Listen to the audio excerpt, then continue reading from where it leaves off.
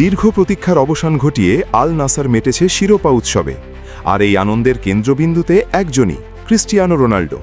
তার জাদুকরী পারফরম্যান্সে ভর করেই ক্লাবটি ছুঁয়ে দেখল বহুল কাঙ্ক্ষিত লিগ ট্রফি। অপরাজিত থেকেও রানার্স আপ হতে হল নগর প্রতিদ্বন্দ্বী আল হিলালকে।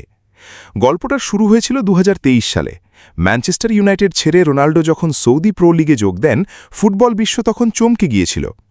মধ্যপ্রাচ্যের ফুটবলে CR7 যোগ দেওয়ার পর বদলে যায় পুরো দৃশ্যপট।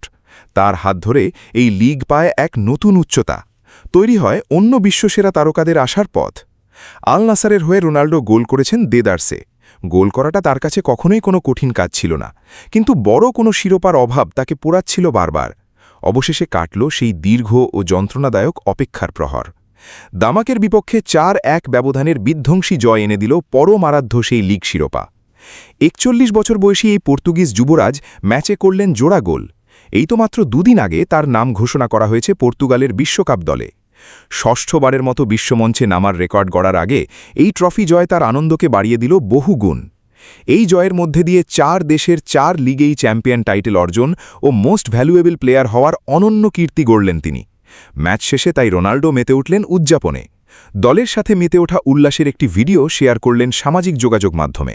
ক্যাপশনে লিখলেন, এটি আমাদের কাছে অনেক বড় কিছু, ইয়া আল্লাহ নাসার। ক্লাবের পক্ষ থেকে শেয়ার করা আরেকটি ভিডিওতে দেখা গেল এক অন্য রূপ। সেখানে ঢাকের তালে মেতে উঠেছেন ক্রিস্টিয়ানো রোনাল্ডো। ট্রফি জয়ের আনন্দ যেন তার বাঁধ ভেঙেছে।